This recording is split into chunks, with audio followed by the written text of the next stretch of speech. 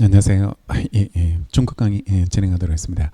객관식하고 핵심 정리 같이 진행할 거고, 핵심 정리로 먼저 이론 정리를 하고, 그다음에 그게 해당되는 그 문제집을 풀어가는 그런 순서대로 진행할 거고, 기본 강의를 들으신 분들은 그 기본서 그대로 보셔도 되고, 판례가 하나 바뀐 거 아시죠? 소멸시효 관련해 가지고 그 추정 한테는 그게 반대로 바뀌었다는 거, 그 부분 말고는 그 기본서하고 똑같은 그 양으로 핵심 정리가 만들어져 있으니까 보시던 교재 계속 보시면서 따라오시면 되고, 객관식에서 이번에 개정하면서 변리사 기출도 들어갔고 변호사 시험 기출도 집어넣고, 그다음에 최근에 나왔던 그 판례들, 법원행시가 1차가 없어져 버렸어요. 1차가 다른 시험으로 대체돼 가지고 법원행시 기출은 들어갈 수 없고, 노무사 기출은 우리 시험 수준하고는 좀 맞지 않습니다. 변리사보다는 조금 더 쉬운 형태로 나와 가지고 그 중에 가장 어렵게 출제된 것만 골라 가지고 최신 판례들 출제된 거, 그런 것들만 골라 가지고 여기 넣어놨고, 민총도 세무사 시험이나 뭐 다른 시험에서 출제된 것 중에 변리사 시험에 그나마 좀 출제될 만한 유형들, 그런 것들만 좀 난이도 있는 것들, 그런 것들만 골라가지고 집어넣어놨기 때문에 양을 조금 더 늘렸습니다. 작년 교재보다는 조금 더 두꺼워졌는 그런 느낌을 주게 될 거고, 지문 자체도 소멸시효 기출된 그런 거를 다 수정해 놨었기 때문에 따로 자료 보완 없이 그냥 객관식 보시는 분들은 객관식 지문만 반복해서 정리할 수 있도록 하시면 되고, 여기서 이제 추가할 게 원래 나왔던 판례만 추가하면 되거든요. 원래 나왔던 최신 판례들 이런 것들을 추가해서 정리하는데, 최대한 이번에 객관식 강의에서 정리할 수 있는 것들은 따로 자료나 뭐 이런 걸 통해 가지고 나눠 드릴 테니까, 나중에 모아 가지고 한꺼번에 정리하는 강의가 있잖아요. 최신 판례 강의 이런 것들을 하게 되는데,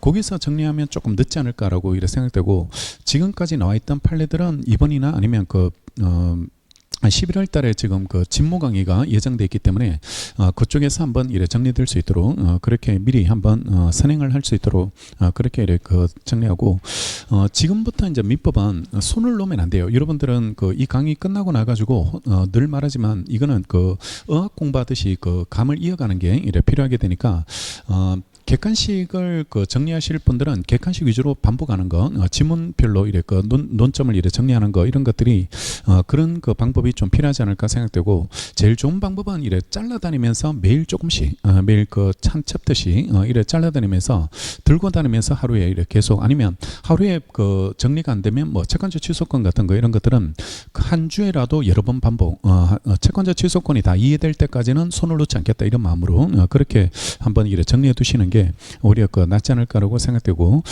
최신 판례나 이런 것들은 올해 연도 판례보다는 이 시험 특성상 올해 출제된 것보다는 작년에 나왔던 판례들, 그런 것들이 많이 기출되더라고. 그러니까 한 해 묵히고 그 다음 해에 출제하는 그런 패턴이 이 시험에서는 좀 많은 현상을 보이니까, 재작년에 나왔던 판례들 이런 것들을 여기 반영되어 있는 기출들, 이런 것들을 아직 출제되지 않은 것들을 예상해서 준비를 해두시면 충분히 대비되지 않을까로 생각되고, 하나 정도는 듣보잡이 하나 나올 겁니다. 아마 보지도 못한 부분에서 한 문제 정도, 그 정도 출제되는데, 원래 건저당 공동저당 문제가 예상이 됐는데 공동저당 등기 신청이 나왔어요. 원래 등기를 어떻게 하는지 그런 것들을 원래 공동저당 문제로 출제가 돼 있는데, 근데 등기법을 우리가 정리할 필요는 없지 않을까 싶어요. 그러니까 등기 신청을 어떻게 할지 그걸까지 공부한다는 거는 제가 봤을 때는 그거는 좀 너무 오버하지 않을까, 너무 공부 범위가 늘어나지 않을까라고 생각되니까,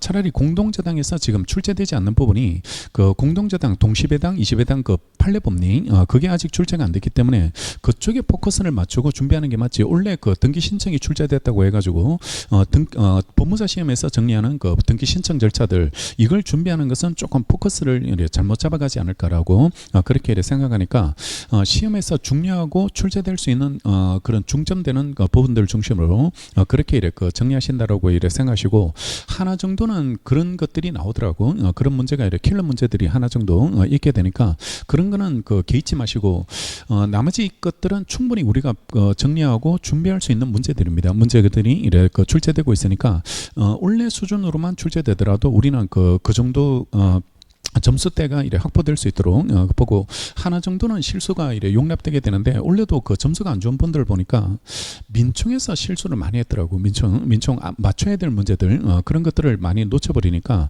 거기에서 이제 점수 차이가 많이 생겨요. 그러니까 뭐 합격한 분들은 한 92.5, 95 그 정도 점수를 받게 되는데 조금 이래 점수가 안 나오신 분들은 거기에서 많이 놓쳐버리면 80점 초반이나 아니면 70점 후반까지 이래 떨어져 버리게 이래 되니까 그러니까 이게 점수의 불이익을 많이 받게 되는 그런 그 현상이 생깁니다. 그러니까 지금처럼 이렇게 커트라인이 지금 막 올라가고 있는 이런 시험에서 그 정도 점수 받으면 자연과학을 아무리 잘하더라도 미우기가 쉽지 않거든요. 쉽지 않으니까 조금 더 전략적으로 얘네들은 기본적으로 여러분들 경쟁자들이 어느 정도 좀 고득점을 하고 있는 그런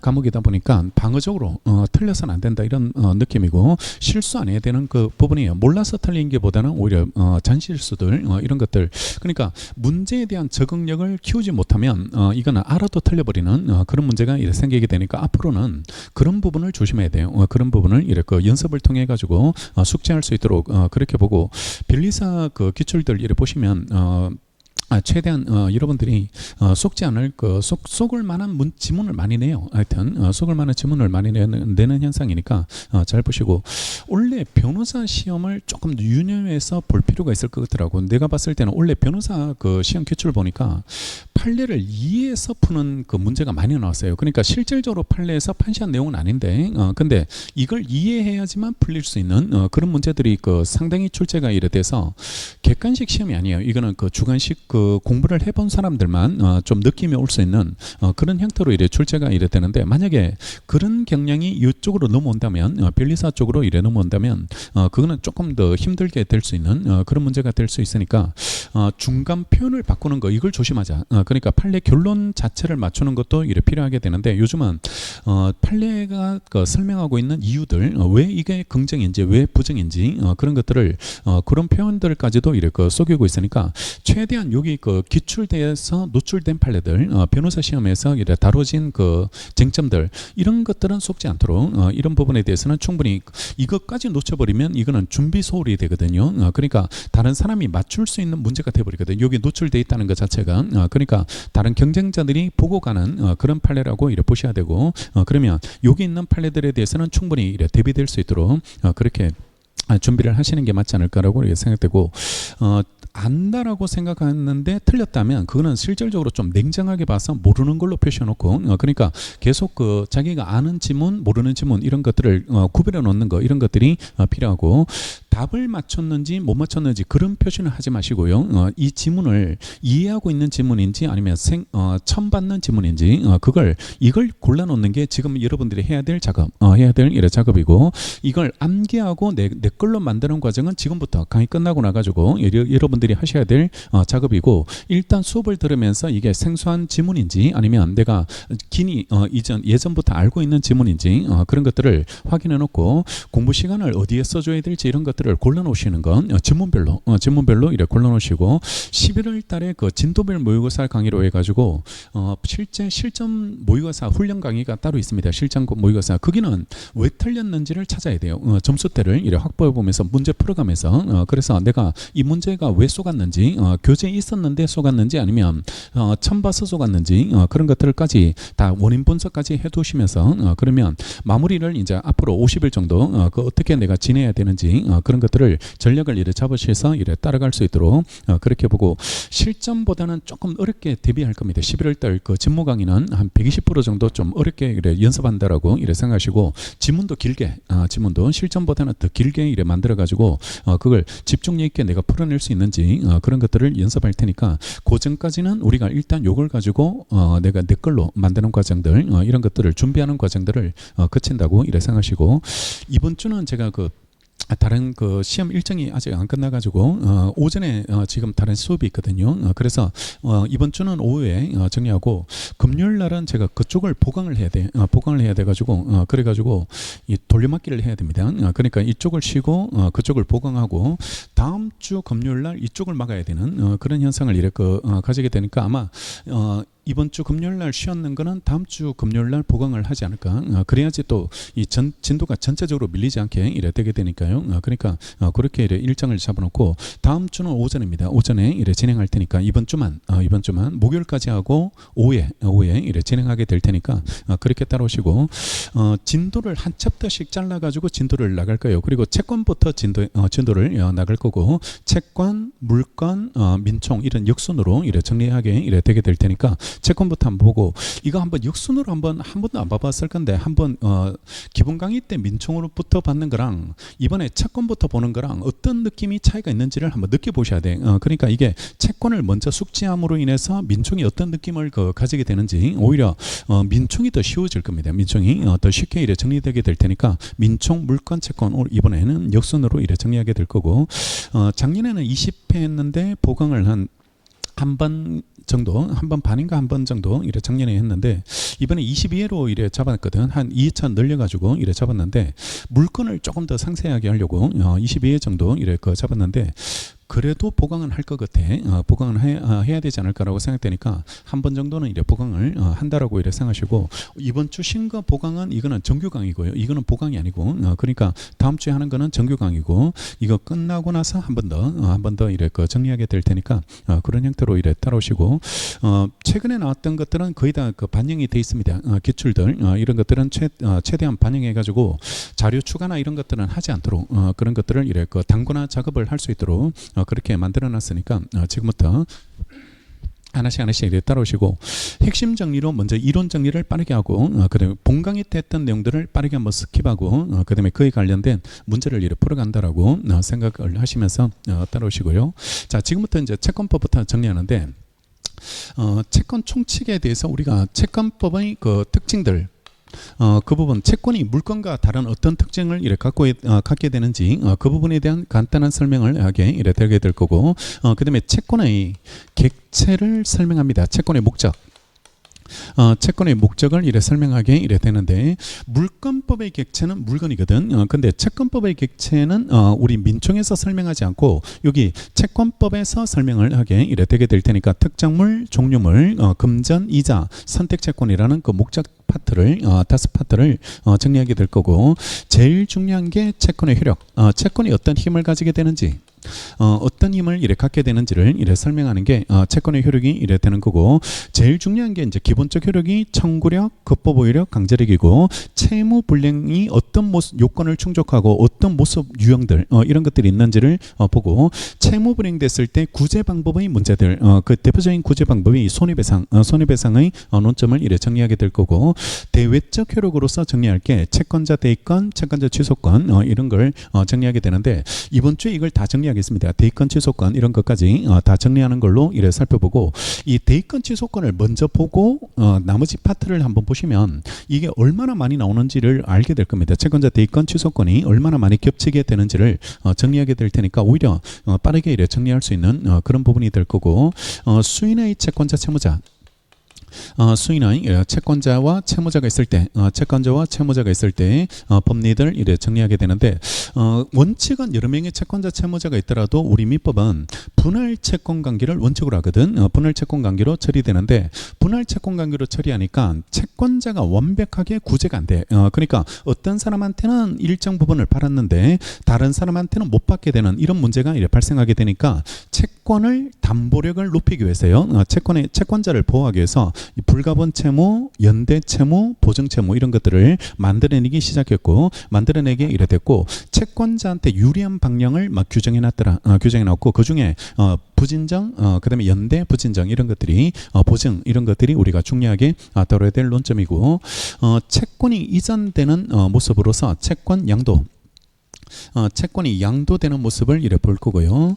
채권 양도 그 다음에 채무자가 바뀌게 되는 채무인수 채권량도 이래 채무인수 부분을 이래 정리가 이래 돼야 되고 마지막이 채권이 소멸하는 모습을 볼 겁니다. 채권이 소멸되는 모습을 이래 정리하게 될 거고 채권의 소멸이 대표적인 게 변제로 소멸하게 되는 거고 그다음에 대물 변제, 공탁도 채권 소멸 사유에 들어가고 중요한 게 상계들이 중요하게 이래 되게 될 거고 그다음에 나머지 소멸 사유로 뭐 경계도 있고 면제도 있고 혼동도 있게 이래 되는데 중요한 것은 변제와 상계 현재와 상계가 이래 중요하게 될 테니까 그런 것들 중심으로 이래 살펴보게 될 거고, 여기서는 채권의 변동과 소멸에 대해서만 나타나고 발생 모습이 보이지 않습니다. 발생 모습이 보이지 않는데 채권의 발생 모습은 각 측에 다 규정이 돼 있더라. 각 측에 다 규정이 돼 있고, 권리 변동 사유로서 우리가 대표적으로 크게 두 가지, 법률 행위로 변동될 수도 있고 법률의 규정에 따라서도 변동될 수 있게 되는데, 채권도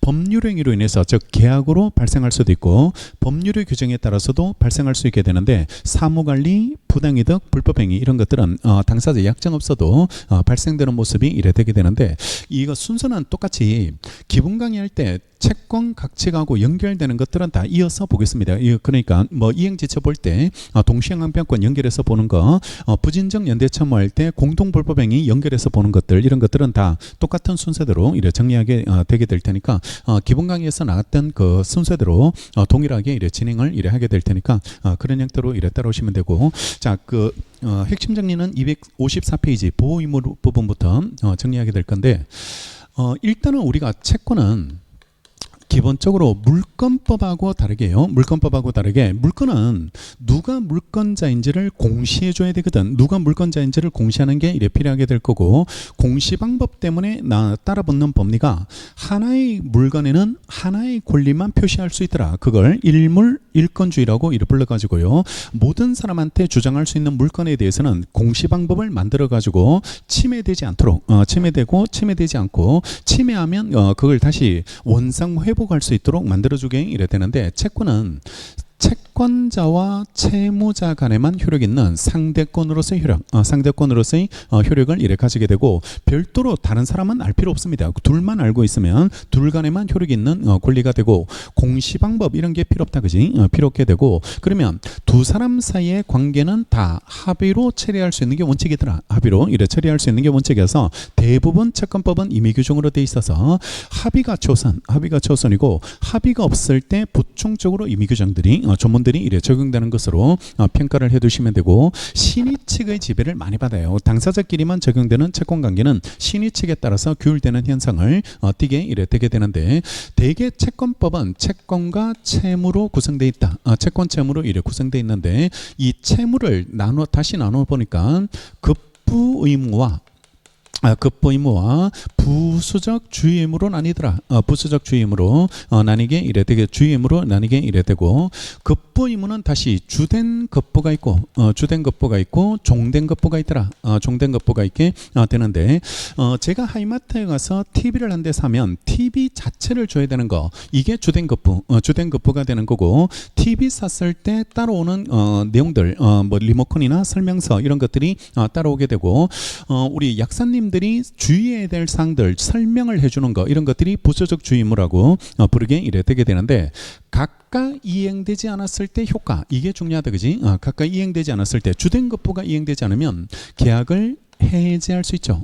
계약을 해제하고 손해배상을 이래 청구할 수 있게 되는데, TV는 왔는데 설명서가 안 왔다고 해가지고 계약을 해제하지는 못하고 손해배상만 청구할 거고, 부수적 주의 의무도 해제는 인정되지 않고 이행되지 않았을 때 손해배상만 청구할 수 있습니다. 그래서 해제를 할 수 있는 것, 채무 불이행을 이유로서 해제할 수 있는 것은 주된 급부 간에만 나타나게 되고, 여기서 하나 더, 이것도 채무에 포함시킬 수 있을지가 보호 의무에 관련된 논점.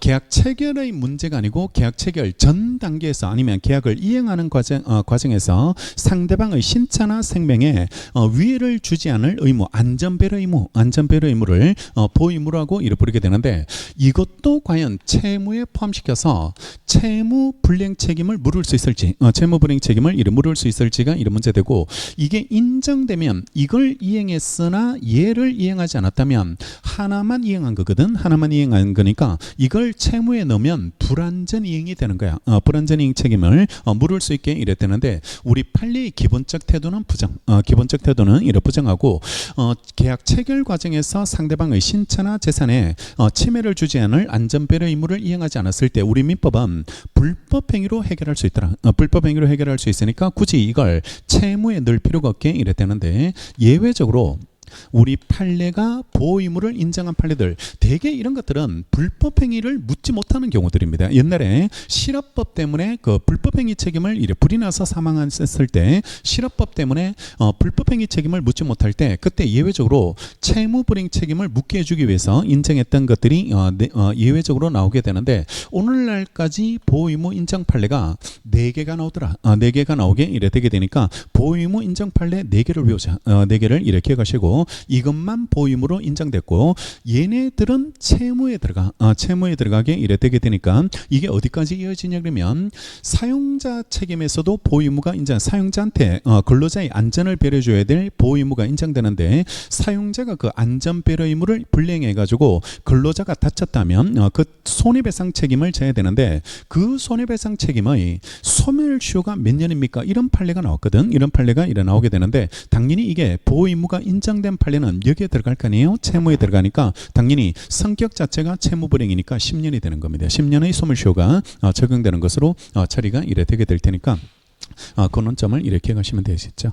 자, 1번 숙박업자 동그라미 하시고 제목 동그라미, 2번 사용자 동그라미 하시고 3번 여행업자 동그라미. 그래서 3개 보호 의무 인정된 판례가 3가지 나오는데 옆에 6페이지 적어놓을까? 6페이지 적어놓으시고 6페이지 가보시면 기본서는 그 기본서 페이지가 있을 거예요. 기본서 페이지가 나타나게 되는데 6페이지 가면 하나 더 네 번째 판례가 6페이지에 이래 보호 의무 인정 판례로 소개가 이래 돼 있는데, 2번 환자 판례다 이렇게 기억하자. 맨 밑에 2번 계약에 따른 신의칙상 보호 의무 판례가 나오는데, 병원에서 2번 환자의 그 물품을 도둑맞지 않도록 안전 배려 이런 것들을 해야 될 우리 판례가 보호 의무를 인정하게 이래 된 겁니다. 그래서 병원 판례까지 4개, 병원 판례까지 보호 의무 인정된 판례가 4개 있다라고 이렇게 기억하시고, 숙박업자, 사용자, 여행업자, 병원 2번 환자 판례까지 4가지에 대해서 보호 의무가 인정된 사례로 정리하시면 되고, 최근에 그 부정한 판례가 다시 254페이지 나오는 카지노 판례는 보호 의무가 없다는 겁니다. 그러니까 정산 카지노에서 그 돈을 잃은 사람이 보호 의무 위반으로서 적당히 땄어야 되는데 그 카지노 사업자가 너무 많은 이득을 취한 거니까 보호 의무를 위반한 거 아닐지가 문제됐는데, 우리 판례가 카지노의 사업자한테는 원칙적으로 보호 의무가 부정돼서 카지노 사업자들한테는 보호 의무가 인정되지 않는 것으로 평가를 하게 이래 됐고, 숙박업자에서는 하나 더 논점을 정리하겠습니다. 숙박업자에는 보호 의무가 인정돼서 투숙객이 원인 불명의 하저로 인해서 사망을 해버렸을 때요. 사망했다면 그러면 그 여관의 주인은요, 소유자는요, 여기 투숙객이 사망한 거에 대해서 손해배상 책임을 유족들한테 불완전 이행으로서 손해배상 책임을 이래 부담하게 이래 되게 되는데, 여기서 하나 더, 이게 이 사람의 사망 사고에 대해서 불완전 이행으로서 손해배상 책임을 질 때 유족들의 정신적 손해, 위자료 배상 책임도 이래 부담할지가 이래 문제되는데, 위자료 배상 책임은 인정되지 않는다는 게 판례. 그래서 우리 채무 불이행에서 위자료는 정신적 고통은요, 채무 불이행에서 위자료에 따른 손해배상 책임은 당사자 본인의 위자료만 인정되고 친족의 위자료는 인정되지 않게 이래 되고, 내일 하겠지만 당사자 본인의 위자료가 채무불이행 책임에서 인정은 되는데, 기억하셔야 될 게 특별손해라는 걸 기억하라. 특별손해라는 걸, 그러니까 원칙적으로 받을 수 있는 게 아니고 예견 가능성이 있어야 돼. 예견 가능성이 필요하게 된다는 거, 이것도 연결하시고, 불법행위에서 피해자의 위자료 청구도 인정되고, 불법행위는 751조나 752조에 따라서 친족의 위자료도 인정되죠. 친족의 위자료도 이거는 명문의 규정에 따라서 인정되고 있게 이래 되게 되니까, 불법행위에서는 친족의 위자료도 이래 당연히 인정될 수 있도록 근거조문이 나오는데, 채무불이행에서는 이게 없어요. 근거조문이 없고 위자료 청구는 가능하지만 이거는 본인 것만 가능합니다. 본인 것만 이래 가능하니까 이 숙박업자 판례에서 여러분들 시험 기출입니다. 이것도 기출 문제에서 다뤄지게 되게 되는 거죠. 밑에서 셋째 줄, 다만 다음부터 밑줄 하면, 다만 숙박업자의 숙박계약상 고객 보호 의무를 다하지 못해서 투숙객이 사망했을 때 숙박계약의 당사자가 아닌 그 투숙객의 근친자, 점 찍고요. 근친자의 논점이고, 근친자가 그 사고 사고로 인해서 정신적 고통을 받았다 하더라도 숙박업자의 그 망인에 대한 숙박계약상 채무 불량을 이유로 위자료를 청구할 수 없습니다. 그러니까 친족의 위자료는 안 돼요. 친족의 위자료는 인정되지 않는다는 거. 그걸 결론으로 이렇게 얘기해 두시고, 자, 오른쪽에 이제 채권의 목적, 채권의 객체로 이렇게 정리되게 되는데, 특정물, 종류물, 그다음에 금전, 이자, 그다음에 선택채권까지 논점이 이래 되고, 이거는 여러분들 시험 스타일상 합쳐서 한 문제입니다. 합쳐서 매년 한 문제 정도 이래 출제되게 되는데, 하나만 나오는 게 아니고 특정물 채권부터 해서 선택까지 해가지고 합쳐서 그 5지문을 만들어 가지고 고상하게 이래 되게 되는데요. 먼저 특정물, 그 물건을 줘야 되는 거, 그 물건을 줘야 되는 게 이래 특정물이 이래 되는 거고, 이거 쉬운 거. 특정물인지 종류물인지 구별하는 기준은 뭘까요? 특정물인지 종류물인지 구별하는 기준은 대체물인지 부대체물인지는 객관적 성질을 가지고 따져. 객관적 성질을 가지고 따지는데, 특정물인지 종류물인지는 주관적으로 따집니다. 주관적으로. 전에 말씀드렸던 신민법, 변리사 신민법 교재, 그 교재는 객관적 성질은 대체물, 객관적 성질은 대체물인데, 어떤 사람이 강의용으로 쓰고 있는 신민법 책을 사고 싶다고 해버리면 그때부터는 이거는 특정물로 바뀐다고. 특정물로 바뀌니까 기준 자체가 주관적으로 따진다는 것, 그것도 놓치지 않도록. 자, 조문 374.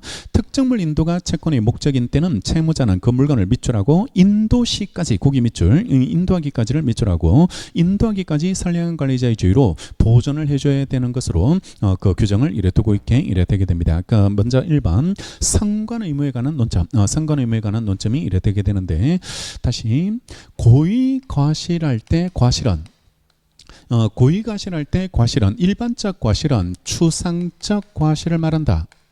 추상적 과실, 이걸 의미하게 되는데, 추상적 과실이라는 게 그 사람의 개인 능력을 가지고 주의의무 위반이 있는지 없는지 그렇게 따지는 게 아니고 평균값을 가지고 따진다. 평균값. 일반인의 능력들, 그러니까 그 정도 나이, 그 정도 직업, 그 정도 학력들이 갖는 평균값이 있거든. 평균값이 있는데 그걸 추상적 과실이라고 부르고, 이게 같은 말이 선량한 관리자의 주의 의무다 이렇게 부른다. 선량한 관리자의 주의 의무라고 부르고, 이걸 더 줄이면 상관 주의 의무, 상관 주의 의무라고 이렇게 부르게 되는데, 예외 3개 외워야 돼. 예외 3개가 암기가 되셔야 되는데, 우리 교재에 따르면 양갈로 4번, 양갈로 4번이 구체적 과실이 문제되는 게 3개. 구체적 과실이 문제되는 경우가 딱 3개고, 이거는 자기 재산과 동일한 주의, 자기 재산과 이래 동일한 주의, 동일한 주의무로, 동일한 주의무라고 해가지고 이거보다는 주의무가 좀 낮아지는 거, 낮아지는 경우가 나오게 되는데, 다행스럽게도 이거는 딱 3개밖에 없더라, 그지? 우리 민법에서 3가지. 무상 수취인, 무상 수취인. 임치계약은 유상도 되고 무상도 돼요. 무상도 되는데, 근데 무상으로 임치계약을 체결했을 때 보관자, 수취인은 자기 재산과 동일한 주의로 이래 보관하게 되고, 친권자가 자의 재산을 관리하는 거, 친권자가 자의 재산을 관리할 때도 자기 재산과 동일한 주의로 이렇게 관리하면 되고, 상속인이 상속 재산 관리하는 거, 상속인이 상속 재산을 관리하게 되는데, 요거는 여러분들 시험 범위는 아닌데 참고라도 들으시면, 상속 받으면 내 겁니다. 그러면 관리한다라고 말하는 게 아니고 그냥 내 거예요. 그냥 내 걸로 이래 처리되는데, 여기는 왜 상속 받았는데 관리하지? 상속 받았는데 왜 관리 의무가 나올까? 관리 의무가 나오냐 그러면, 상속 받았는데 내게 안 되는 경우가 있거든. 내게 안 되는 경우가 있게 이래 되는데, 아빠 재산하고 내 재산하고 섞이지 않는 경우가 하나 있거든. 그게 뭐냐 그러면 한정승인이라는 제도가 있어. 한정승인이라는 제도가 있는데, 그거는 채권자들이 그 범위 안에서만 강제 집행하도록 해버리는 게 한정승인이기 때문에 그때는 관리해줘야 돼요. 관리를 해줘야 채권자들이 받아가야 되고, 얘게 아니거든. 상속인 게 아니기 때문에 나머지는 다 얘 거예요. 얘 거니까 그거는 관리한다고 말은, 내 재산을 내가 관리한다 이런 말 합니까? 그러니까 그런 표현은 없잖아요. 그러니까 한정 승인이 있기 때문에 이런 표현이 나온다. 한정 승인이 있기 때문에 자기 재산과 동일한 주의로 관리하고, 이것 말고는 우리 민법은 다 이걸로 풀면 돼. 선량한 관리자의 주의무고, 이것 말고 이게 붙으면 다 틀린 거다. 이렇게 정리하셔도 되게 될 테니까 조문을 이렇게 정리할 때 그렇게 이렇게 정리하시면 되고, 그 다음에 양걸 2번 존속기간 문제가 나오는데요. 상관주의무는 언제부터 발생하냐 그러면 당연히 계약 체결 시, 계약 체결 시부터 상관주 의무가 이래 발생하게 이래 되는데, 종기는 언제까지 부담할지인데, 이행기 변제기까지가 아니고 이행기 변제기까지가 아니고 실제 목적물을 인도할 때까지 374조에서는요 선관주의물을 선관주의물을 이래 부담하게 이래 되게 되는데, 일반적으로 약속한 날짜 예컨대 10월 1일 날 물건을 주기로 했거든. 10월 1일 날 물건을 주기로 했는데 이 날짜에 채무자가 물건을 인도하지 않는다면 오늘 할까요? 이행지체가 되죠.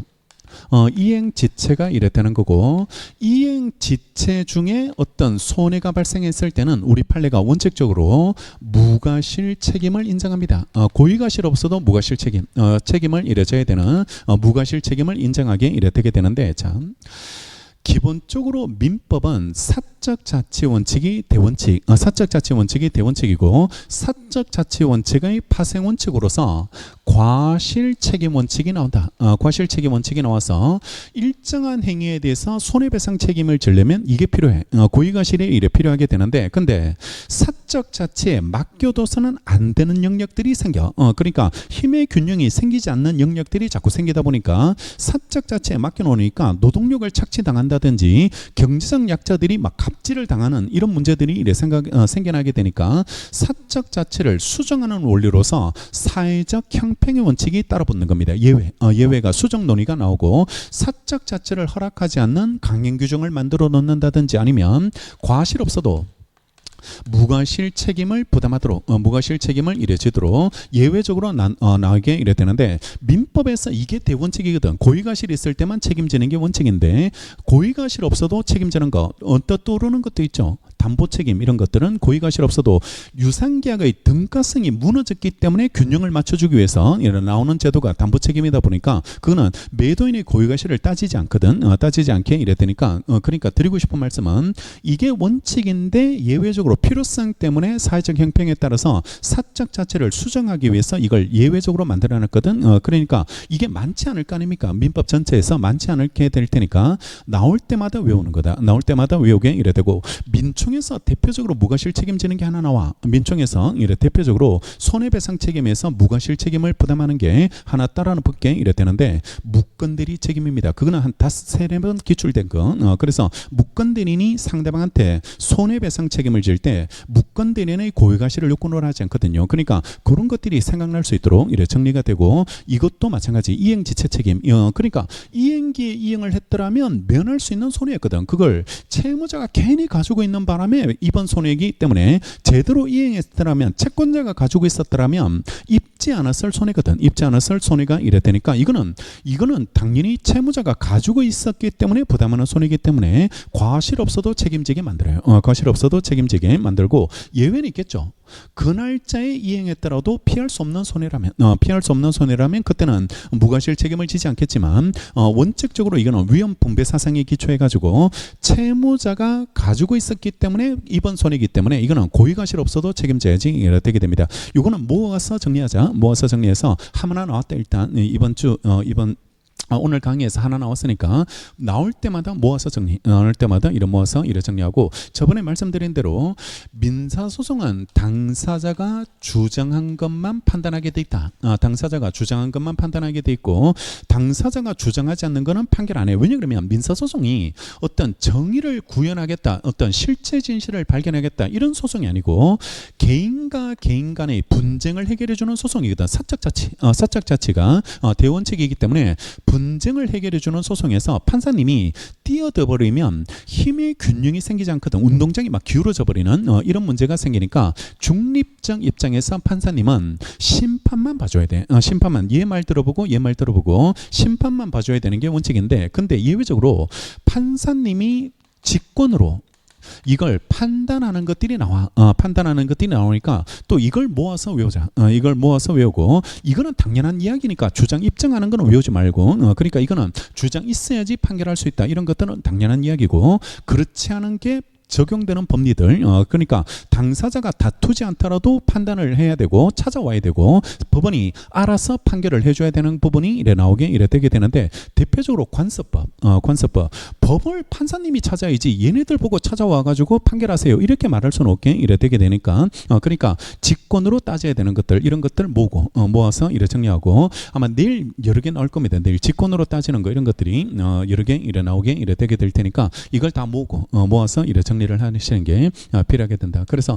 무과실책임 직권으로 따지는 거 이런 건 따로 모은다. 따로 모아가지고 당연히 다 암기가 될 수 있도록 그렇게 정리하시고 적은 부분을 외워놓자라고 이렇게 그렇게 기억하시면서 정리하시면 되고 이행기를 채무자 때문에 지나면 책임이 가중되지 선관주의무를 부담하는 게 아니다는 것 그걸 기억하고 반대로 채무자는 이행했는데 채권자가 받지 않는 것 채권자가 받지 않는 걸 수령지체라고 부르죠. 수령지체, 채권자지체라고 이래 부르게 되고 수령지체, 채권자지체는 채권자 때문에 이행을 못한 경우잖아요. 이행을 못한 경우니까 채무자의 주의무를 이거보다는 낮추는 게 필요합니다. 낮추는 게 필요하고 따라서 우리 401조에서는 고의나 중과실이 없으면 고의나 중과실이 없으면 책임지지 않는 걸로 책임지지 않는 것으로 즉 경과실로 파손되더라도 이거는 책임 없는 사유로 이래 보겠다는 게 401조 이래 취지가 이래 되고 그러면 여기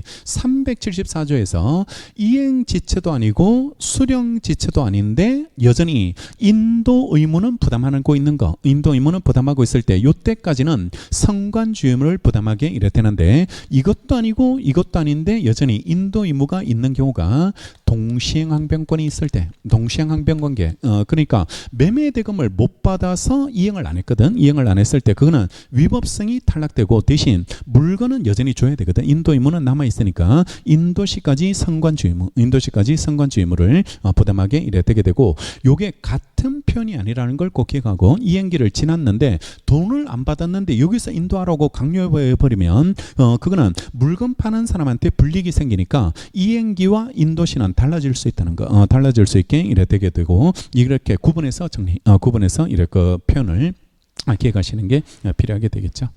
자, 그 다음에 3번 선관 의무는 누가 입증하는 게 필요할지가 이런 문제 되는데 채무자 점 찍고 채무자가 입증을 하게 이래 됩니다. 채무불이행에서 고의가 실은 우리 390조에서 단서에 있는 내용입니다. 단서에 있는 내용이고 본문에 있는 내용 성립 요건은 효력 발생 요건은 원고가 입증하게 이래 되는 효력 주장자인 원고가 입증하게 되고 단서에 있는 요건은 다 효력 요건 부존재시키는 사정이니까요. 이런 것들은 다 피고가 입증하게 되고 선관주의무는 당연히 그 고의가실 고의가실 없다는 걸 채무자가 입증하게 이래 돼 있는 거죠. 그다음에 2번 특정물의 현상 인도 문제. 특정물의 인도가 채권의 목적이면 채무자는 밑줄 이행기 밑줄하시고 이행기 현상대로 그 물건을 인도해야지 이래 되게 됩니다. 그러니까 약속했던 그 물건을 줘야 되거든. 약속했던 그 물건을 줘야 되기 때문에 설사 그 물건이 파손됐다 할지라도 이행기 현상 그대로 넘겨야 돼. 다른 물건 줘버리면 이 사람이 강의용으로 쓰고 있는 신민법을 사러 왔는 사람인데 다른 책을 줘버리면 이 사람 의도에 벗어나버리게 이랬다니까 파손이 있다 할지라도 이 책은 그대로 주는 게 맞다고 그대로 주는 게 맞고 대신 파손에 대해서 책임은 별도로 책임은 선관 의무 위반이 있다면 손해배상 책임은 별도로 부담한다라고 그렇게 이렇게 가시고 3번 별표하고 인도 장소인데요. 특정물의 인도는 밑줄 채권 성립 당시 거기 밑줄하시고 채권 성립 당시 그 물건이 있던 장소에서 인도해야지 이랬다는 것으로 이래 정리되어 있는데 기본적으로 우리나라 변제 장소는 지참 채무입니다. 채권자 주소지에서 하는 게 원칙이 이래 되게 되는데 지참 채무가 원칙인데 다만 유일한 예외가 특정물의 경우는 채권 성립 당시 그 물건이 있던 장소 그 물건이 있던 장소에서 인도하게 되고 자 다시 말하지만 놀러 갔다 경포대 놀러 갔을 때 강릉 경포대에 놀러 갔을 때 자전거를 하나 빌렸어요. 자전거를 하나 빌렸고 1시간 타기로 1시간에 얼마 이렇게 해가지고 1시간 타기로 이래 빌리게 이랬댔는데 근데 이걸 빌려고 나중에 반납을 해야 될 거 아니야. 1시간이 되면 반납을 해야 되는데 지참 채무에 따라서 이 사람 주소지로 가버리면 이 사람도 불편하고 나도 불편해. 이 아저씨 주소지를 찍어가지고 가지고 또 그쪽에다 갖다 놓고 와야 되는 이런 문제고, 아저씨는 또 집에서 다시 또 자전거를 끌고 와야 되는 이런 불편함이 이래 생기게 되니까 특정물은 예외로서 채권 성립 당시 거물겠던 장소, 반납 장소는 그냥 빌렸을 때 거물겠던 장소, 여기에서 반납하는 게 그게 타당하게 이래 되고, 그다음에요 이게 설사 타고 다니다 보면 파손될 수도 있잖아요. 잘못해가지고 파손될 수 있게 이래 되는데, 그렇다 하더라도 그 자전거를 줘야 되는 거지, 인형 뽑기 자전거 이런 거 다른 자전거로 바꾸면 안 돼. 그러면 이 사람 의사에 벗어나는 그런 문제가 되니까 반납할 때 파손이 있다 할지라도 이행기 현상 그대로 반납하고, 다만 그 파손에 상관 의무 위반이 있으면 손해배상 문제는 별도로 이래 부담한다라고 그렇게 예외적으로 기억을 해두시면 이래 되겠죠. 자, 그다음에 넘어가셔서 두 번째 종료채권 개념 보시면, 종료채권은 일정한 종류에 속하는 물건 중에 일정 양의 인도를 목적으로 하는 채권, 어떤 거 주는지는 정하지 않고 종류만 정하는 거. 예컨대 카스 한 상자 주겠다, 아니면 제네시스 한 대 주겠다, 이런 것들이 종료채권이라고 이래 부르게 되고, 밑에 나오네요. 구별기준. 물건의 대체성은 거래 일반 관념에 따라서 객관적 성질을 가지고 구별한다, 그지? 대체성이 있는지 없는지는 객관적 성질을 가지고 구별하게 되는데, 특정성, 특정물인지 불특정물인지 이런 것들은 주관적으로 결정하게 이래 되게 되니까 기준 자체를 달리하는 거고, 그다음에 2번 목적물의 품질과 종료채권의 특징인데요. 375 채권의 목적을 종류로만 제정했을 때 법률행위 성질이나요 당사자 의사에 따라서 품질을 정할 수 없을 때라고 돼 있죠. 품질을 정할 수 없다면 채무자는 중등 품질입니다. 중간 걸로 이래 넘기면 되는 거고, 이것도 바로 중등이 바로 가면 안 되고, 법률행위 성질로 결정할 수 있으면 성질로 해결하고, 그 밑에 나오는 것처럼 우리 소비대차는 동종, 동질, 동량으로 돌려주게 이래 돼 있거든. 따라서 빌려왔던 품질하고 똑같은 품질로 반환해주면 이래 되는 거고, 이게 결정이 안 되면 당사자 의사입니다. 당사자 의사에 따라서 상중하 중에서 어떤 걸로 줄지 그거는 당사자 의사로 결정하면 되는데, 이거 둘 다 해결이 안 될 때, 성질이나 당사자 의사로 해결이 안 되면 그때는 중등품으로 넘겨주면 되는 거고, 이양 종료채권의 특징인데, 이게 종료채권은 종류만 정했기 때문에 어떤 걸로 줘야 될지를 결정하는 절차가 반드시 필요하거든. 특정 절차가 있어줘야지 되는데, 우리 조문에 채무자가 이행에 필요한 행위를 완료했을 때 특정되도록 되어 있습니다. 이행에 필요한 행위를 완료하면 특정되고, 또 하나가 채권자 동의 얻어서 이행할 물건을 지정했을 때도 특정됩니다. 그러니까 채권자 동의 받아서 지정권을 행사했을 때도 특정되고, 안 그러면 채무자가 이행에 필요한 행위를 완료했을 때 특정되는 것으로 되어 있고, 그때 이렇게 특정되면 그때부터 그 물건을 채권의 목적물로 한다라고 되어 있죠. 그러니까 특정물 채권으로 이렇게 바뀌게 대해서 앞에 나왔던 그 특정물 채권 법리가 적용되는 것으로 이래 처리되겠죠. 자, 양걸로 2번 종료채권 특정인데요.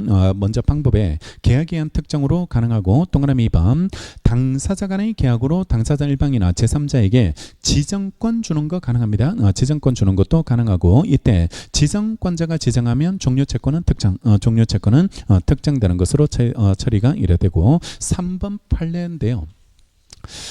지정권을 가지고 있는 사람이 지정을 안 한다. 그러니까 우리가 아주머니한테 어떤 소주를 이렇게 달라라고 지정해서 우리가 지정하면 그 소주를 주면 되는데, 우리가 만약에 지정을 안 해가지고 주인한테, 이분한테 지정권을 주는 경우도 있죠. 아무 소주나 주세요라고 지정권을 이래 줬는데, 이분이 지정권을 행사를 안 해요. 빨리 소주를 갖다 줘야 될 건데 소주를 갖다 주지 않는다면 우리가 마냥 기다릴 수는 없거든. 마냥 기다릴 수 없게 되니까 선택권이 이전되는 조문이 우리 398조에 나오게 이래 되는데, 선택권 이전에 관련된 이 조문을 여기에도 유추 적용하겠다는 겁니다. 그러니까 선택권 있는 사람이 선택권을 행사하지 않았을 때 상대방은 최고할 수 있도록 돼 있고, 최고 기간 안에 선택을 하지 않는다면 이 선택권이 상대방한테 이전되거든요. 상대방한테 이전되는데, 이 선택권 이전 조문을 여기에 유추 적용해서 똑같이 최고 했는데 이행을 안 하면 이 지정권이 우리한테 넘어와가지고 우리가 지정을 하게 이래 되는데,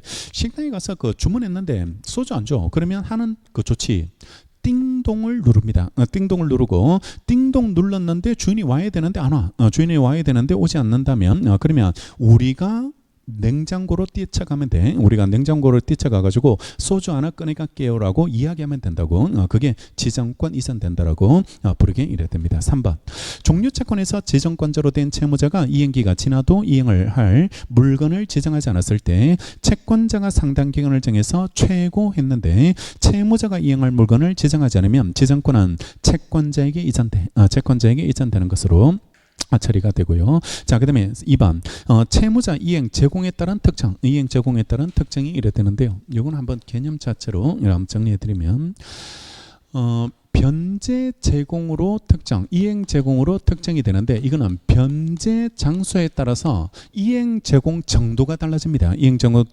정도가 이래 달라지게 되는데 변제 장소는 아까 말했지만 원칙은 지참채무로 처리됩니다. 지참채무로 처리되고 지참채무로 처리되니까 채권자 주소지에서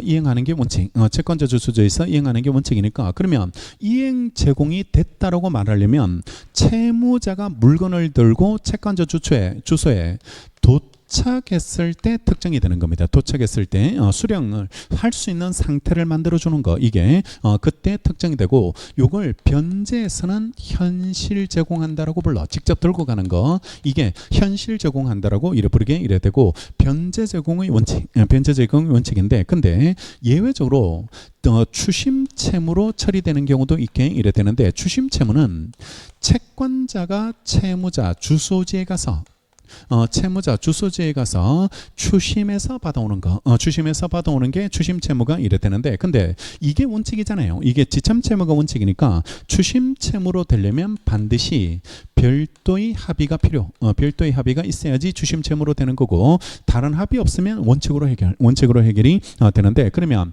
추심 채무로 처리돼서 채무자 주소지에 가서 채권자가 내가 받아와야 되거든. 받아와야 되니까, 그러면 채무자는 어떤 행위를 하면 될까? 추심 채무에서 채무자 자기 집에서 이행을 해야 될 때 어떤 행위를 해주면 되냐 그러면 변제 제공 준비를 해놓고, 변제 제공 준비를 하고, 만약에 제네시스를 제공한다면 제네시스를 제공하기 위해서 준비하는 절차들이 있죠. 뭐 틴틴도 하고 번호판도 달고 블랙박스도 달아주고 뭐 이런 것들을 준비하는 것들이 이래 필요하게 되고, 그 다음에요 준비만 해서는 안 되고 언제까지 받으러 오세요라고 수령을 최고해야 되겠죠. 최고. 그래서 다음 주 수요일까지 오시면 받아갈 수 있습니다라고 알려주고 채무자는 준비하고 기다리고 있으면 되겠죠. 기다리고 있으면 이행에 필요한 행위는 다 한 걸로 이래 처리가 되는 것이 되고, 그 다음에 마지막이 송부채무로 처리될 수 있다. 송부채무로 처리될 수 있는데, 이거는 채권자 주소지도 아니고 채무자 주소지도 아닌 제3의 장소에서 이행하기로 합의하는 경우도 있게 이래 되는데, 저희 집도 아니고 채무자 주소지도 아닌 제3의 장소, 학원 같은 근무지로 보내주세요, 이렇게 말할 수도 있게 되는데, 이때는 호의로 채무자가 보내주는 거거든. 호의로 보내주는 거기 때문에 발송했을 때 특정되는 것으로 그렇게 이래 구분하게 이래 되게 됩니다. 이게 채무 이행에 필요한 행위를 완료하는 거고, 채무자 주소지에서 이행하는 추심 채무를 우리 변제 파트에 가 보면 이거는 구두 제공이라고 부르죠. 구두 제공이라고 부르게 되고, 현실 제공이 원칙, 구두 제공은 예외로 처리가 이래 되고, 이것도 필요 없는 경우 하나 기억날까? 구두 제공도 필요 없는 경우도 하나가 있게 이래 되게 되는데, 영구적 불수령이라고 해서 절대로 수령하지 않겠다라고 이래 말하고 있을 때는 이거 한다는 게 의미가 없거든요. 의미가 없게 되니까 영구적 불수령은 구두 제공도 필요 없다라고 그렇게 명백한 수령 거절에 있어 그런 것들이 나오죠. 자, 동그라미 1번 지참 채무는 채무자가 채권자 주소에서 현실적으로 변제 제공했을 때, 즉 목적물이 채권자 주소에 도달하고 채권자가 언제든지 수령할 수 있는 상태에 놓여졌을 때입니다. 그죠? 상태에 놓여졌을 때 그때 특정이 되는 거고, 이걸 현실 제공이라고 써두시고, 현실 제공한다라 변제에서는 현실 제공이라고 이래 부르게 되고, 오른쪽에 동그라미 2번 추심 채무는 채무 이행에 채권자 추심 행위를 필요하기 때문에 구두 제공, 이건 나오네요. 구두 제공, 즉 변제 준비를 완료를 통제하고 수령을 최고까지 해야 돼요. 최고까지 했을 때 특정되는 것으로 이렇게 평가되고, 마지막 채권자 요청에 따라서 채무자가 호의로 제3지의 목적물을 송부할 때는요, 제3지로 발송하면 특정되는 것으로 처리가 이래 되게 됩니다. 한 번씩 이거 질문하는 사람들이 이걸 발신주의입니까? 라고 묻는 사람이 있던데, 그거는 의사표시 효력 발생 시기에서 나오는 개념이고, 발신주의는 이거는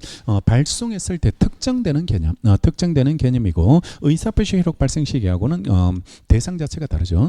논점 자체가 차이가 있게 이래 됩니다. 그다음에 4번 특정 효과인데, 종료 채권의 목적물이 특정되면 그때부터 그 특정된 물건이 채권의 목적물이 되는 거고, 즉 종료 채권은 목적물의 특정으로 특정물 채권으로 바뀌죠. 특정물 채권으로 전환되게 이래 되게 됩니다. 자, 로마자 3번 금전 채권이 중요하네요. 금전 채권의 종류에서 1번 원래 금전은 액수가 중요하거든. 어떤 돈으로 주는지는 중요하지 않고 금액 채권으로서의 성질인데 종류를 정할 수 있습니다. 이걸 금종 채권이라고 이래 부르게 되는데, 내가 왜 5만 원짜리가 필요하다든지 아니면 뭐 5천 원짜리가 좀 필요하다면 5천 원짜리로 갚아달라 이렇게 종류를 정할 수 있다. 그걸 금종 채권인데, 근데 조문 보시면 채권의 목적이 어느 종류의 통화로 지급할 것인 경우에 그 통화가 변제기에 강제 통용력을 잃었다고 돼 있죠. 그러니까 한국은행에서 발행을 하지 않는 거, 이걸 유통시키지 않겠다고 말하는 걸 강제 통용력을 잃었다라고 이래 부르게 되는데, 5만 원짜리를 만약에 우리나라에서 쓰지 않겠다고 이래 말해버렸을 때, 그러면 우리 채무는 어떻게 되냐 이 말이거든. 반드시 5만 원짜리로 주기로 했는데 이걸 강제 통용력을 잃어버리면 우리 채무는 어떻게 이행할지 문제인데, 옆에 다른 통화로 변제를 하여야 합니다. 이거는 다른 통화로 바뀌는 거예요. 그러니까 이거는 반드시 채무가 사라지는 게 없고 다른 통화가 충분히 있으니까 그 통화로 변제 꼭 해라. 변제를 하라고 해야 한다라고 이래 돼 있고, 외화 채권도 마찬가지고 1번 채권의 목적이 다른 나라 통화로 지급할 것인 경우에 채무자는 자기가 선택한 그 나라의 각 종류의 통화로 변제할 수 있습니다. 기본적으로 금액 채권이니까 종류 자체는 문제되지는 않는데, 근데 예외 2번 채권의 목적이 어느 종류의 다른 나라 통화로 지급할 것인 경우에 그 통화가 변제기에 강제 통용력을 잃었을 때는요, 그 나라의 다른 통화가 있죠, 그죠? 다른 통화가 있을 때니까 다른 통화로 변제를 해야 되는 것으로 그렇게 이렇게 가시고, 그다음에 4번 대용급부권이라는 게 있습니다. 대용급부. 그러니까 원래는 외화 채권을 정했을 때 외국 돈으로 갚아야 되는데, 외국 돈으로 변제를 해야지 이래 되는데, 외화 채권의 채무자가요 다른 통화로, 즉 우리나라 통화로 원화로 바꾸어서 변제한다는 걸 대용급부권이라고 규정을 이래 두고 있게 이래 되고, 조문에서는 얘만 이거 가지고 있는 것처럼 돼 있는데 민법은 항상 공평하게 취급하거든. 공평하게 취급하기 때니까 얘는 대용급부를 청구할 수 있도록 청구할 수 있는 권리가 당연히 해석상 인정되는 것으로 평가하시면 이래 될 테니까 대용급부 청구권이 채권자에게도 있는 것으로 평가되는데요. 378 채권액이 다른 나라 통화로 지정됐을 때 채무자는 지급할 때를 밑줄여야 됩니다. 지급할 때 있었어의 이행지 황금 시가에 따라서 우리나라 통화로 그 다음도 밑줄하셔야 되고, 변제할 수 있다를 밑줄하시고 변제할 수 있다. 그러니까 이거는 의무조항이 아니고 옵션과 같은 느낌, 선택하는 어떤 옵션을 하나 더 주는 겁니다. 그러니까 원래는 이걸로 갚으면 되고, 이걸로 외화 채권이니까 그 나라의 각 종류의 통화로 변제하면 되는데 이걸로도 할 수 있다 이런 느낌, 이걸로도 할 수 있는 거고,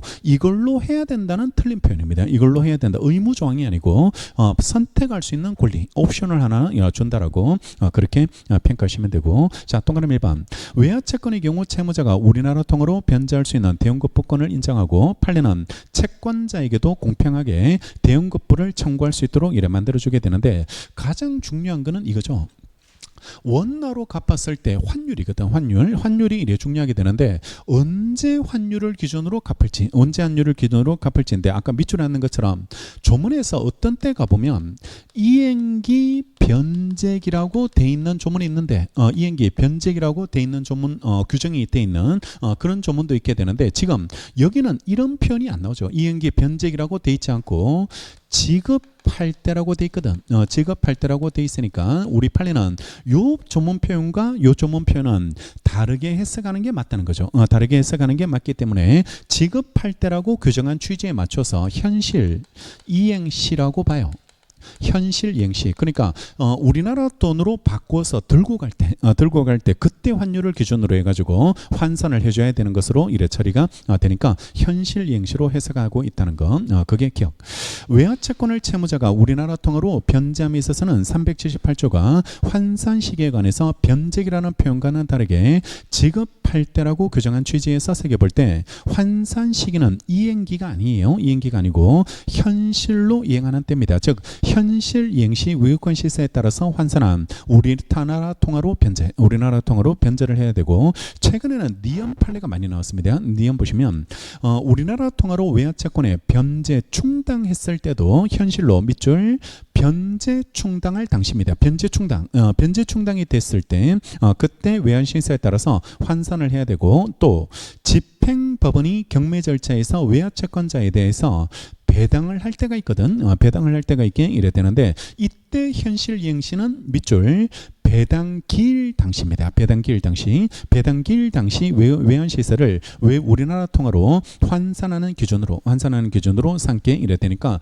변제 충당할 때는 변제 충당할 때가 현실 이행시, 배당할 때는 배당기일 당시가 현실 이행시, 배당기일 당시가 현실 이행시가 되는 것으로 이래 처리되고, 동그라미 2번도 채권자가 이한테 대응급부를 청구했을 때도 이 사람이 청구받고 이행한 때가 현실 이행시가 이래 되게 되겠죠. 그래서 똑같이 이걸 현실 이행시를 환율에 따라서 환산하면 되는데, 이때는 언제로 봐야 될까? 소송으로 청구했을 때, 소송으로 채권자가 소송에서 대응급부권을 행사했을 때, 그러면 판사님이 판결을 내려야 되거든. 판결을 얼마 줘라고, 원나라 줘라고 이래 판결을 내려야 되는데, 그러면 판결할 때 이 날짜와 가장 가까운 날짜를 찾아야 되겠죠. 가장 가까운 날짜를 찾아줘야지 이래 되게 되니까, 현실 이행시와 가장 가까운 날짜가 사실심 변론 종결시.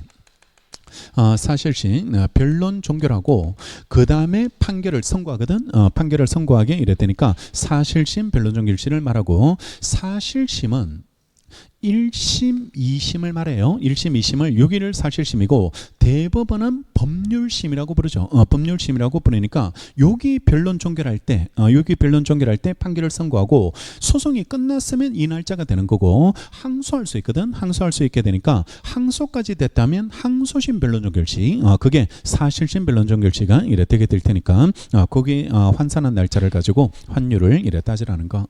니은 채권자가 대응권을 재판상 청구했을 때는요, 채무자가 현실로 이행할 때 가장 가까운 밑줄 사실심 변론 종결일의 환율을 환산 시기로 본다라고 처리하시면 이래 되게 되겠죠. 2번 별표만이 금전채권 특징.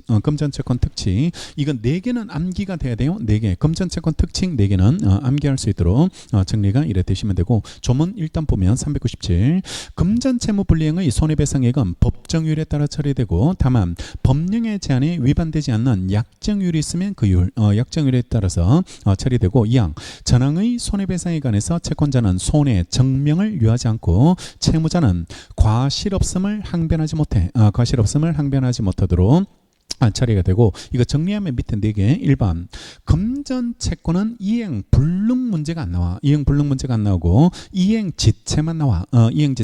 왜냐 그러면 항상 우리나라에는 일정한 통화는 유통되고 있기 때문에 화폐가 없어서 이행 못한다 이런 말은 없어요. 이런 말은 없으니까 항상 이행 지체만 문제된다고 기억하고, 두 번째 채권자는 따로 손해 증명할 필요 없습니다. 언제나 금전채무를 불량하면 일정 손해가 공식처럼 규정되어요. 공식처럼 나오기 때문에 손해를 따로 증명할 필요 없고, 3번 채무자는 과실 없음을 항변하지 못합니다. 무과실 책임을 부담하고, 네 번째 금전채무 불이행에 따른 손해배상액은 법정이율로 법정이율에 따라서 결정하고, 법정이율이 오른쪽 페이지 379조에 나오는 것처럼 연 5%입니다. 연 5%에 따라서 이렇게 결정되는 거, 이게 원칙인데, 근데 예외 법령의 제한에 위반되지 아니한 약정률이 있다면 약정률에 따라서 손해배상을 결정하게 된다라고 평가하시면 되겠죠.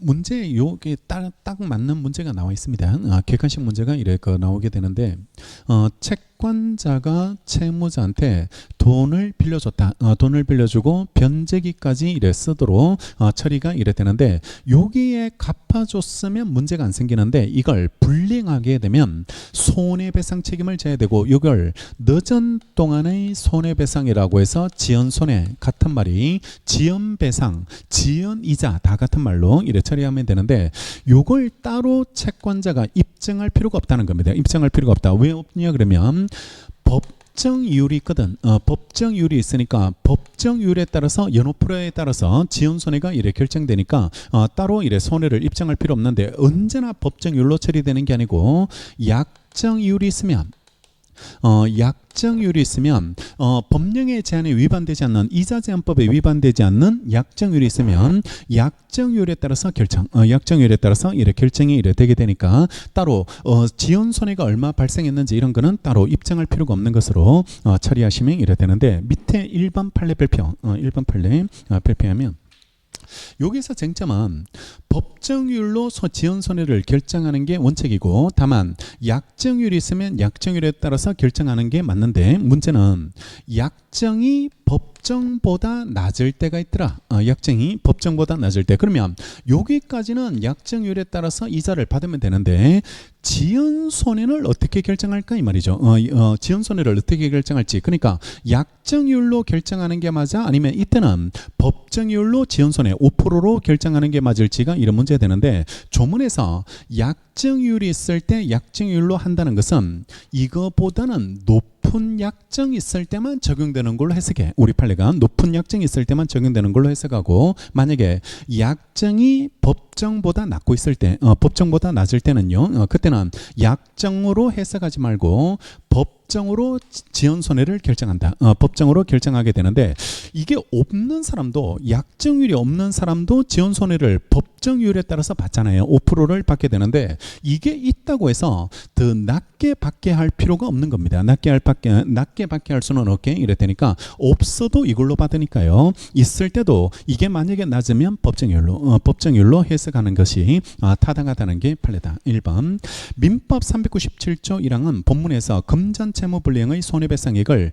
법정이율에 의할 것을 규정하고 그 단서에서 그러나 법령의 제한에 위반되지 아니한 약정률이 있으면 그 이율에 의한다고 정하고 있는데 이 단서 규정은요 약정률이 법정이율 이상일 경우에만 높을 때만 그때만 적용되고 약정이 법정보다 낮을 때는 그때는 그 본문으로 돌아가서 법정이율에 따르겠다. 법정이율에 따르는 것으로 해석하겠다는 것이 판례입장이 이래 되게 되니까 약정이 법정보다 낮을 때는 법정으로 해결하게 되는 거고 자 옆에 381페이지 적어놓을까요? 1번 옆에 381페이지 적어놓고 381 가보세요. 기본서는 그 옆에 페이지가 따로 있을 겁니다. 따로 있을 테고 핵심 정리 381페이지 이렇게 가보시면 381페이지에 계약 해제로 인한 원상회복 의무가 이행지체에 빠진 이후 지연 손해금 율에 관해서 당사자 사이 약정이 있는 경우가 있는데 그 옆에 258페이지 지금 찾아온 페이지 적어놓고 링크를 이렇게 걸어놓고요. 두 개를 비교해서 이렇게 정리하도록 하면 되는데 자 보시면 대개 우리가 돈을 빌려줄 때 변제기를 정하고 변제기까지 이율 약정률을 정할 때도 있고요. 약정률을 몇 프로 받겠다 이렇게 정할 때도 있게 이래 되고 혹시나 채무자가 여기에서 이행을 해줘야 되는데 이행을 안 했을 때를 대비해서 지연 손해금에 대한 율에 대해서 약정을 해둘 때가 있습니다. 지연손해금 율에 관한 약정, 지연손해금 율에 관한 약정이라고 해서 이걸 미리 정해놓을 수 있다. 미리 이래 정해놓을 수 있게 이래 되게 되는데, 근데 오늘 내가 돈을 빌려주면서 만약에 6월 1일 날 만나서 갑이 을한테 돈을 빌려주고 당신은 여기까지 쓰고 갚아달라. 여기까지 쓰고 갚아주는데 만약에 당신이 이걸 갚지 못하게 된다면, 그때부터는 지연손해금을 여기에 대해서 책임을 지게 해달라. 책임을 이만큼 나한테 갚아주세요라고 미리 정할 수 있게 이래 되는데, 실제로 오늘 돈을 빌려줄 때 이 사람이 지체 책임을 부담할지 않을지는 몰라. 그지? 알 수 없게 이래 되는데, 혹시나 지체 빠지게 된다면 이렇게 달라. 이렇게 이래 정하는 거기 때문에 성격이 손해배상액을 예정하는 성격을 가지고 있습니다. 손해배상의 예정의 성격을 이래 가지게 이래 되는데, 미리 손해금 유례, 지연 손해금 유례관에서 정해놓은 거기 때문에 손해배상액을 예정한 것으로 정지조건부 계약으로 이래 체결한 것으로 이래 처리되는데, 이 손해배상 예정이 너무 많으면 감액할 수 있도록 398조가 정해져 있거든. 398조가 이래 정해져 있는데, 그러면 반대로 너무 적을 때 올려줄 수 있을지가 문제돼. 그지? 너무 적을 때 조문에는 과다하면 감액할 수 있도록 398조가 정해져 있는데, 반대로 너무 낮을 때 높일 수 있을지가 이런 문제가 되는데, 이건 안 돼. 왜냐 그러면 채무 채권자가 여기까지만 받겠다는 걸 법원에서 높여버리면 사적 자체가 훼손되는 겁니다. 사적 자체가 훼손되게 되니까 내가 여기까지만 손해배상을 받을게요라고 정했는 걸 판사님이 바꾸면 안 돼요. 판사님이 바꾸면 안 되고, 너무 많으면 그거는 좀 부당하니까 깎아줄 수는 있는데, 낮을 때는 높일 수는 없거든. 높일 수는 없게 이래 됩니다. 따라서 결론이, 지연손해금 유례 관한 약정은 손해배상 예정의 성격이기 때문에 이게 너무 많으면 감액돼. 그지? 너무 많으면 감액되는데, 이게 너무 적을 때 높일 수는 없는 겁니다. 높일 수는 없다. 따라서 약정이 법정보다 낮을 때가 있어. 지연손해금률이 5%보다 낮은 금액을 지연손해금률로 정했는 경우가 있게 이래 되는데, 이거는 무조건 약정대로 처리가 돼야 되고, 법정으로 바꾸면 안 돼. 이거는 법정으로 성격이 손해배상 예정의 성격을 가지고 있기 때문에 높일 수는 없다. 이런 느낌. 높일 수는 없다라고 이래 평가하시고, 그러면 문제 풀 때 잘 구분해야 되겠네. 이게 약정이 법정보다 낮을 때 법정으로 처리되는 경우도 있고, 언제나 약정으로 처리되는 경우도 있습니다. 그러면 뭘 가지고 구별하냐 그러면, 여기를 약정했는지를 가지고 구별해야 돼. 여기를 약정했다면 이거는 손해배상 예정의 성격이기 때문에 무조건 약정대로 가고, 설사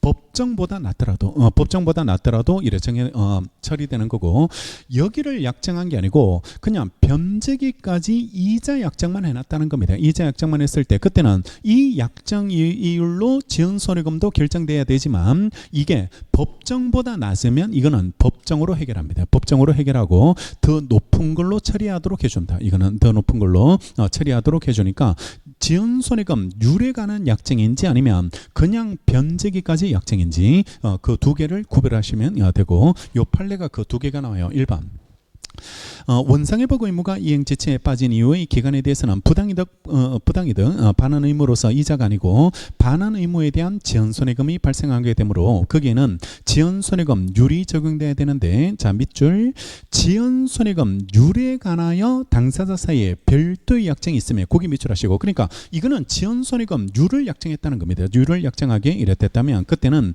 그에 따라야 되고, 설사 그게 법정률보다 낮아도 무조건 약정대로 지연손해금률을 약정했다면 지연손해금에 따라 약정에 따라서 처리돼야 되는데, 다시 지연손해금률에 관해서 약정한 거는 이게 손해배상 예정을 정한 거고, 낮을 때 높이면 안 돼요. 낮을 때 높이면 안 되고 무조건 약정대로 처리가 돼야 되고, 높을 때 감액은 돼. 높을 때 감액은 깎아주는 거는 되는데 높이는 건 안 된다고. 높이는 건 안 되기 때문에 미리 정한 대로 이래 처리가 되는 거고, 2번 계약 해지 시 반환을 금전에 가산할 이자에 대해서 당사자 사이에 약정이 있으면 특별한 사정이 없는 한 이행 제출이 인한 지연손해금도 그 약정률에 의하기로 했다고 보는 것이 당사자 의사에 부합하게 됩니다. 그러니까 여기는 이걸 약정한 겁니다.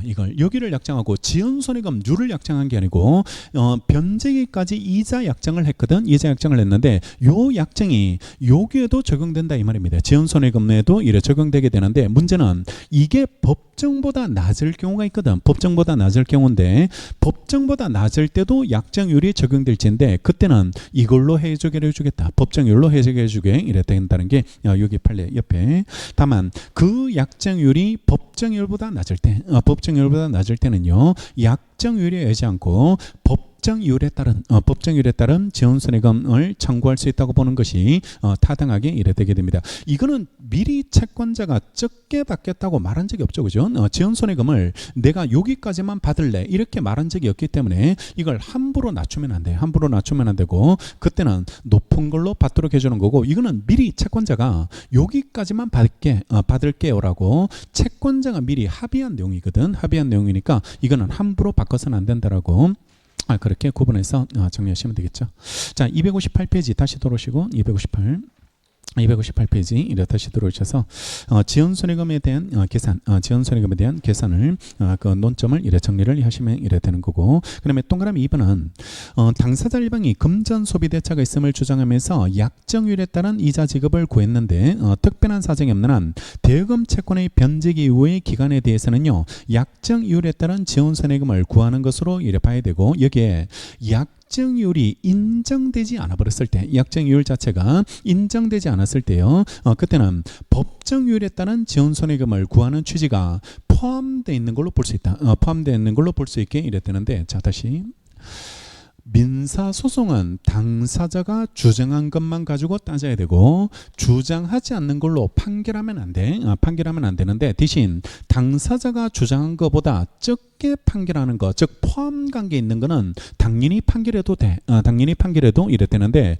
요거를 구했거든. 지연손해금 주세요 이렇게 구했는데 약정률에 따른 지연손해금을 구했는데 이게 인정 안 돼. 이게 인정 안 될 때 지연손해금을 그러면 기각시켜야 될지 배척해야 될지가 문제되는데, 여기가 아니어도 지연손해금은 여기로 인정할 수 있잖아요. 여기로 인정할 수 있게 이래 되니까 법정률에 따른 지연손해금으로 판결로 내려줄 수 있게 이래 된다는 거죠. 자, 그 다음에 로마자 4번 이자 채권으로 이래 넘어가야지 되는데, 379 이자 있는 채권의 이율은 다른 법률의 규정이나 당사자 약정 없으면 연 5%입니다. 1년에 5%가 법정률로 이래 처리되고, 자 밑에 이자 정리되어 있는 거 원본 채권 이행기까지 사용대가로 받는 법정과실의 일종, 법정과실 사용대가로 받는 게 이자가 이래 되고, 주식의 배당금과 같이 사용대가가 아닌 것도 이행기가 지난 후 이행지차에 따른 지연이자는 이자가 아닙니다. 개념적으로 여기까지 받는 게 이자, 변제기까지 받는 게 여기 사용대가로 받는 게 이자고, 이게 소멸시효가 3년이 돼. 3년이 되는 거고, 지연손해, 지연이자, 지연배상은 이거는 요기에 따라서 계산하지만 성격은 채무불이익이다, 그지? 채무불이익이니까 이거는 10년의 소멸시효, 10년의 소멸시효가 이래 되니까 요거는 사용대가, 이거는 채무불이익 이렇게 구분해서 정리를 이래 하셔야 되고, 그다음 밑에 이율, 법정률은 원칙적으로 연 5%이지만 상사는 6%입니다. 상행위는 6%로 돼 있고, 또 소송 제기했을 때 이율은 12%로 높아져. 12%로 이래 높아지게 이래 되니까 소송 촉진법이 따로 있거든. 우리나라에 소송 촉진법이 따로 있는데, 이래야지 소송을 빨리빨리 하더라 사람들이. 안 그러면 5%로 정해놓으면 소송을 빨리빨리 하지 않는 그런 문제가 되니까, 또 돈을 빨리 안 갚게 되는 그런 문제 때문에 소송 제기됐을 때는 다 갚을 때까지 12%입니다. 12% 그 금액으로 높아지게 이래 됩니다. 판결 받았을 때는 빨리 갚는 게 좋아요. 안 그러면 계기다 보면 12%면 꽤 크네요. 이게 돈이 꽤 큰 돈이 이래 빠져나가게 되니까 그런 느낌으로 이렇게 가고, 그다음에 약정률은 이자제한법의 정한 최고율을 초과하지 않으면 당사자가 자유롭게 정할 수 있는데, 지금 최고 이자율이 20%입니다. 20% 약정률이 지금 이자제한법에서 20%를 넘지 않도록 이래 제한하고 있죠.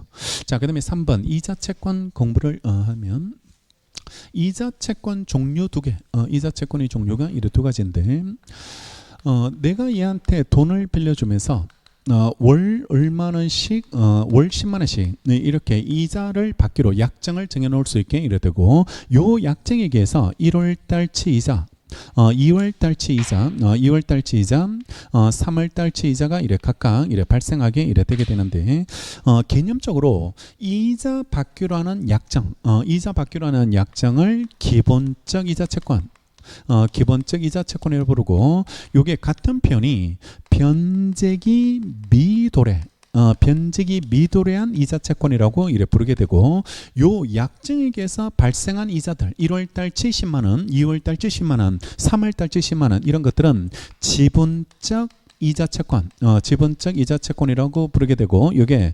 변제기가 도래한 변제기가 도래한 이자 채권이 이래 되게 되는데 구별실익은 이거는 별개의 독립성이 있는 겁니다. 독립성이 있게 이래 된다. 따라서 원본 채권이 양도되면 종된 권리도 따라가잖아요. 종된 권리도 따라가게 되는데 이거는 별개의 독립한 채권이기 때문에 얘는 따라가면 안 돼. 얘는 이래. 왜냐 그러면 1월달 이자는 얘가 채권자니까 얘가 받아야 되는 거거든. 얘가 받아야지 이래 되게 되니까 만약에 4월 1일 날 채권 양도가 일어나면 그때부터 얘가 채권자죠. 양수인이 채권자가 되고 그 전까지 이 채권의 주인은 얘거든. 얘가 이래 주인이니까 이 이자들은 다 얘가 받아야 돼. 그지? 얘가 받아야지 되니까 이런 것들은 따라가지 않고 종된 권리만 따라가는 거. 기본적 이자 채권으로서 이것들만 약정 자체만 종된 권리로 따라가게 이래 되고 마지막으로 이게 소멸시효 완성됐을 때 원본 채권이 이래 소멸시효 완성되면 이것도 전부 사라지게 돼 있다는 거. 왜냐 그러면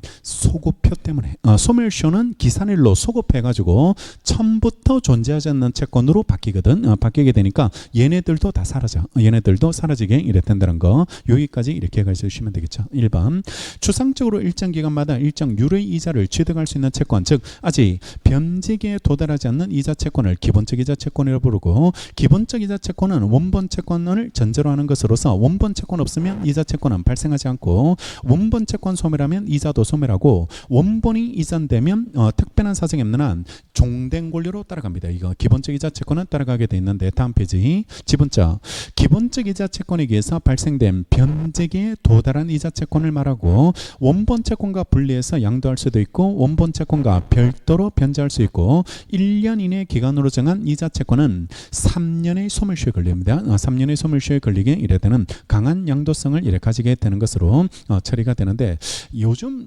조금 더 디테일하게 여러분들 시험에서 출제되는데 이자 채권 소멸시효 3년 이렇게 공부하지 마시고 여기에서 이자 채권은 1년 이내 기간으로 정한 즉 한 달에 한 번, 6개월에 한 번, 분기에 한 번 이런 식으로 이렇게 받는 이자만 3년이고 만약에 2년마다 한 번씩 이자 주기로 하는 거 이런 것들은 10년입니다. 그거는 일반 채권처럼 10년이고 3년의 소멸시효가 적용되는 이자가 되려면 1년 이내 기간으로 정해야 됩니다. 1년 이내 기간으로 정했을 때만 3년이 이래 되는 것으로 평가하시면 이래 되고 따라서 원본 채권 양도되더라도 이미 변제기에 도달한 지분적 이자 채권은 당연히 같이 양도되는 건 아니고 3번 조심하시고 이거 독립성 있어도 소멸시효 완성되면 소급표 때문에 다 사라집니다. 다 사라진다는 거 이 하나만 조심해서 기억을 해두시면 되겠죠. 이제 마지막 선택채권인데 10분 쉬었다가 선택채권 정리하도록 하겠습니다.